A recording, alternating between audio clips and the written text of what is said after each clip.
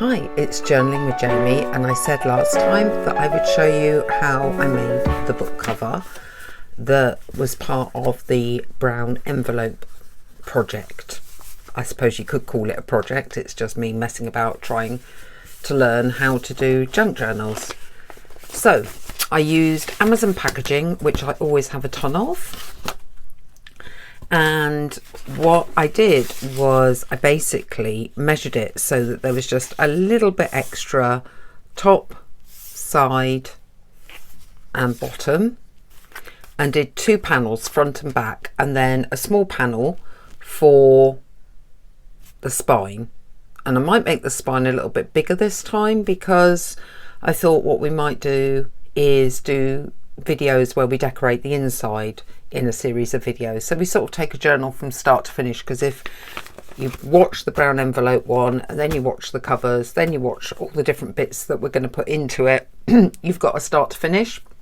Excuse me, this always happens whenever I come on video. I end up coughing and generally not sounding too healthy. So I'm just going to go slightly above.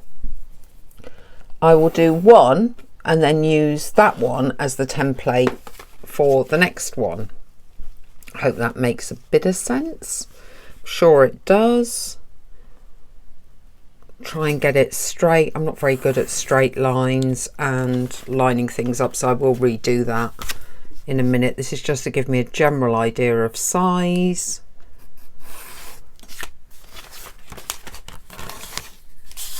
And then I'm going to get this ridiculously long metal ruler out, because it's the builder's ruler, which I explained in another video, to help me do the cutting. I often slip with the knife on the cutting, so you have to hold it very firmly in place, and then I start thinking about something else or whatever it is, and then end up, let me just get things out the way. So with this ridiculously long ruler, everything gets in your way. Right, that is one done, and I think that's more or less squarish-ish enough for me anyway. So the next part of the video is obviously cut the second one, which I'm not going to bore you with, but what I would do is use this as your basic template, bring it up to this crease line here, because you might as well, because it's kind of a guide. So I know I'm going to go slightly inside that crease line, slightly inside that crease line, and then just along here. But I will come back when I've cut that. While off camera, I also went ahead and cut the spine. So that is now the spine of the book. So you can see that you've got front cover, back cover, spine, and then you're going to leave a very small gap, that sort of size. They should all line up, and they probably do, that sort of size, so that when we add what is basically packaging tape to it, you will have the bend. But we will do that now. We will get the packaging tape, the big wide one. So this is non-shiny packaging tape, literally stuff that you, when you're moving house, you might use to wrap boxes with. And then we are just going to do, I think we're going to have to do one side than the other, because it's wider than the tape that I have. So we're going to go for, this is where I'm going to get into a very, very sticky mess almost instantly. I'm going to go a bit longer and do one side first. So we're going to put this down. This is roughly what I did before anyway. Roughly. Then add spine in alignment. Oops, and stick that down, and then obviously we need to put the next, it's slightly It's not quite the same gap. As you can see, technical stuff doesn't necessarily suit me. I'll try and get it roughly the same gap. That's a bit better. You see, when I look at it this way, it looks wider that end than that end, but see, no point me getting super fussy because I'm not capable of being super fussy. Right, let's get the next one down. So I think this time it's going to be easier to do along the spine bit first.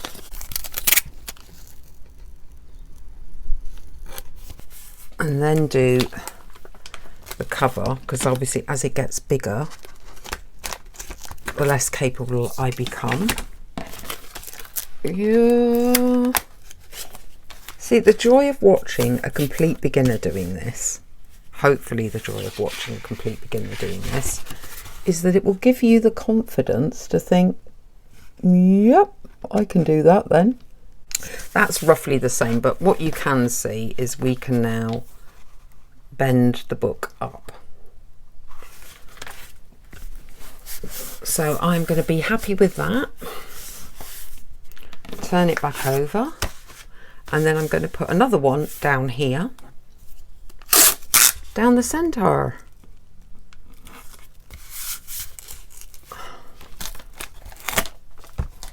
And cut that. Then we're going to do a bit of trimming. So that's the packaging tape stuff done for the time being. Can also come in on the inside. I might come in on the inside, give it some extra welly. I might do that actually. Why not? Sorry, I'm just knocking my microphone wire now, which is probably in shot. So, apart from my stressful start to the week, which is awesome, isn't it? Because it's Monday, I think, now. Though it won't necessarily be Monday when this goes up. I have other stuff to do this week. I actually have a week of... I took a business phone call this morning. My goodness, that's unheard of. Which was very positive. What else is happening? My son has got his inductions at sixth form. I meant to tell him his school phoned because he didn't go to their induction. He's trying to change sixth forms because his school's not very good, and there is a very good school that he'd have to travel to, still state school, but much better if he gets in, if he gets accepted. His sister, one of his sisters went there. The other one studied in China. She went out to stay with her dad for a bit, and studied at the British International in Shanghai, so she speaks Chinese. She also happens to speak Swahili because she did some volunteering in Tanzania, and she picks up languages very quickly. She's just got that ability, you know. So although she only volunteered for 3 months, she can basically speak Swahili. She's just, I think, because when we were in China initially, she was 8 to 10 years old.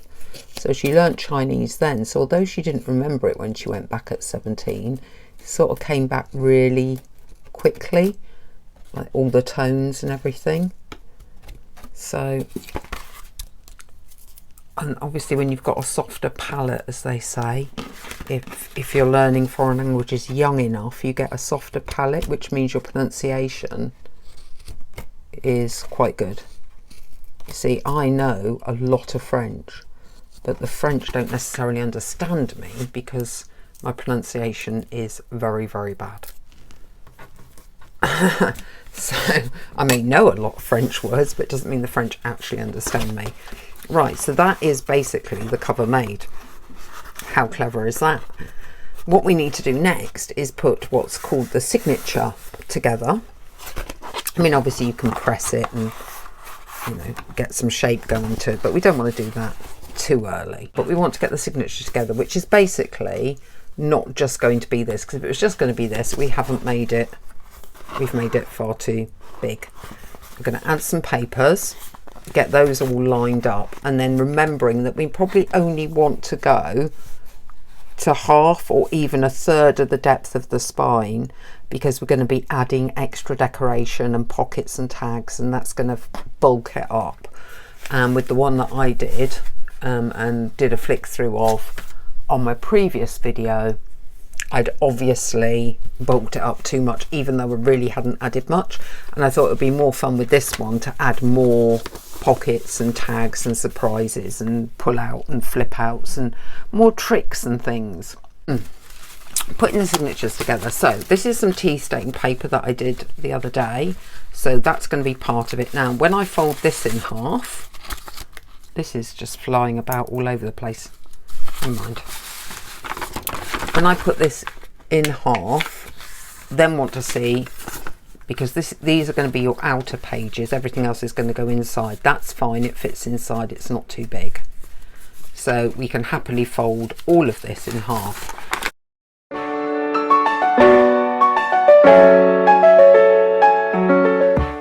So now we go to the scrap paper pile and grab some bits that have already been cut into, like this, and start to try and get some pages. They don't have to be the same size at all. They can be smaller, they can be, I wouldn't go bigger than this one, they can be slightly bigger. And just so roughly the same size, bring it over, fold it, and then that wasn't very helpful, was it? Because that's where we want to rip. And then you can cut that to have a straight edge, or you can just rip it.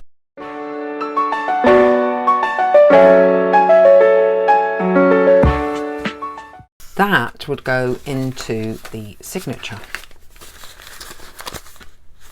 somewhere. So you might go, well, I want that to be the next page. Like that. And then you might want to have one here. So you might want to go alternate, you might want to have two normal, one fancy, and just however the pattern strikes you. And that's what we're going to do. This one I think could just be folded, hopefully. No crinkly edge. Let's see how that would fit. A little bit taller. So I might put that one here. Let's have a look. If we fold that one up, that's going to be slightly too wide and slightly too tall, I think. So I don't really want to lose the roses, so what I'm going to do is make it a bit narrower that way. Try and get things to meet up vaguely.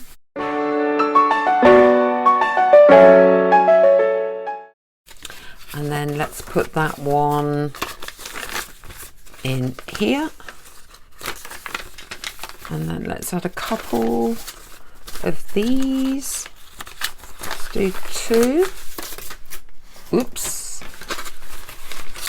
So we're beginning to get a bit of a signature together. Yes, they do not all line up beautifully, but it doesn't matter because it's a junk journal. This one has been ripped up and is shiny, so you'd end up having to decorate this because you couldn't write on it. But it might be, it's not a pattern I like. That's the other way to decide what's going in, is what do I like? And if I don't particularly like it, I will put it and decorate it. More or less right. And in it goes. Let's get another thing to add to the signature, remembering that we don't want to go too fat, so that's the other thing to double check. Once we start to put this in here, how big have we got? Because I have a tendency to be a bit too generous. So we don't want to go Oh yeah, we can add more yet. I did make a much bigger spine this time. So we can add a bit more. This is going to make my job of getting sewn in awesomely exciting. Let's go about there and then see where we're at. Yeah, I've made that a bit too big and also a bit too wonky even for me.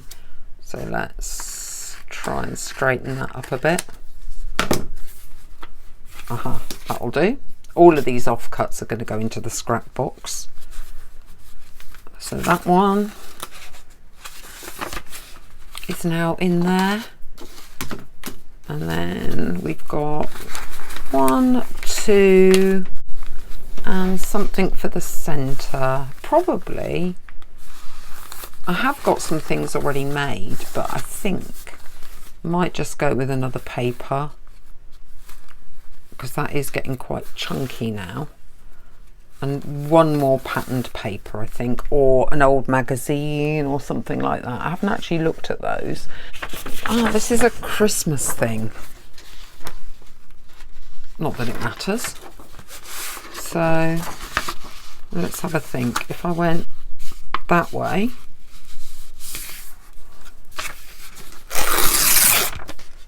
and then this way, and then we just need to go about there-ish, possibly. Give myself a bit of a fighting chance.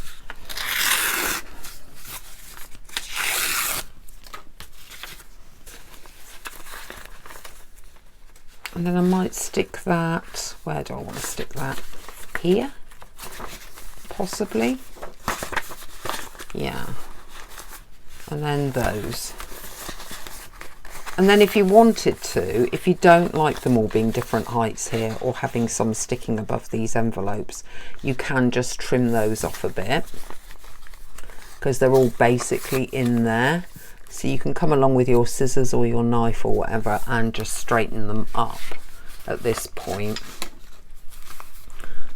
Like, take a bit off without cutting through the envelopes, which I might do. Let's have a look. I did this before with the one that I made. I'm going to do it so gently though, because I don't want to go through the envelopes.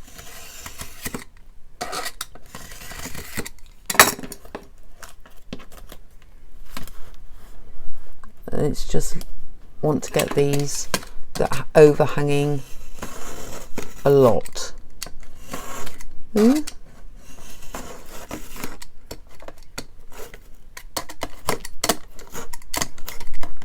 Ooh, hacked that up a bit.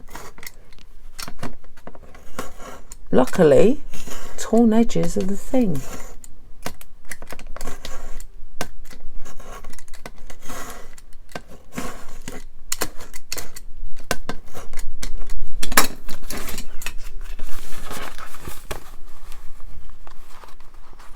And I didn't manage to cut the envelopes. Amazing. Just get a little pair of scissors and do a bit more trimming.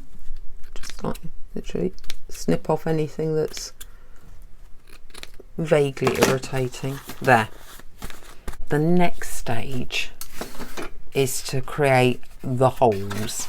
So we have to go to the centre of this spine, one in the centre, 2 either side, and then the same here. One in the centre according to the longest bit, one in the centre, 2 either side. So we need to measure this and then know where our centre is, and then measure it that way as well. So measure it widthways and lengthways.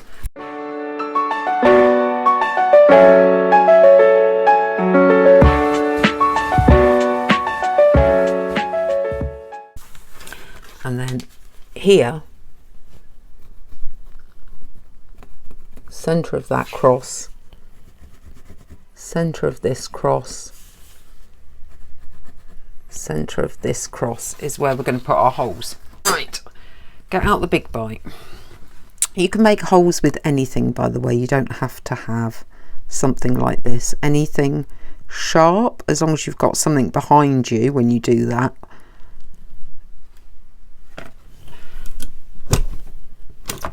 This just happens to do it quickly.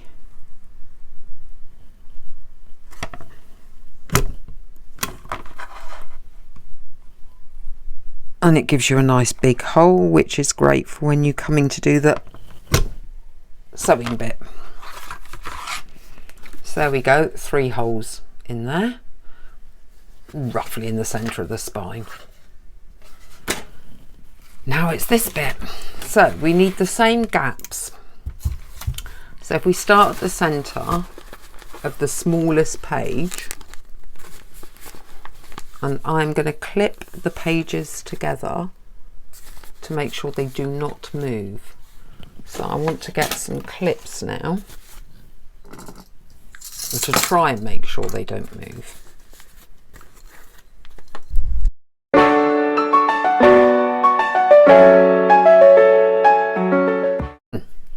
So first thing is to find the centre of the smaller of the biggest, I think, yeah. So the centre of the biggest. So let's have a look at our measurements. We are looking at 16, so 8 being, or 80 being the centre. So to the edge is there, 16, so that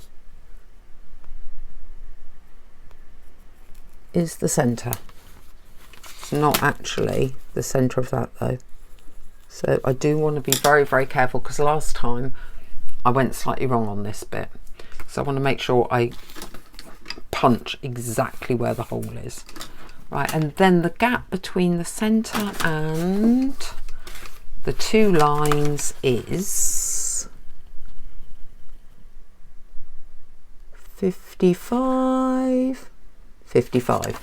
Good, managed to measure that correctly. I failed maths several times. That was the one we wanted. Blow that out the way. There is the, I'm just gonna, I do actually somewhere have a eraser, because I bought one the other day. So it's going to be there, and then 55 that way. Ooh, did I just move those papers slightly? There. Now that, hopefully, if I punch holes in those 2 places, hopefully centre of the signature, and they will line up, fingers crossed, with the cover. Right. Do we risk the big animal, the big beast? I think so. Will the big beast, can I see where it's going to punch? Because if not, I will get the manual system out. Can I see that? No. Right, manual it is. So this is the manual way to do it. It won't create quite such a big hole. But now you can just get a spare mouse mat or whatever, so that you punch that way. Ooh, it's already gone through some paper, so I hope I got that right. And then just keep going until it comes out the other side. And I am deliberately going quite deep because I'm not great at the sewing thing.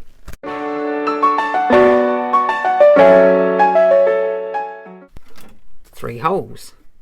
They may or may not line up with the cover. Hopefully they will. So, do they line up?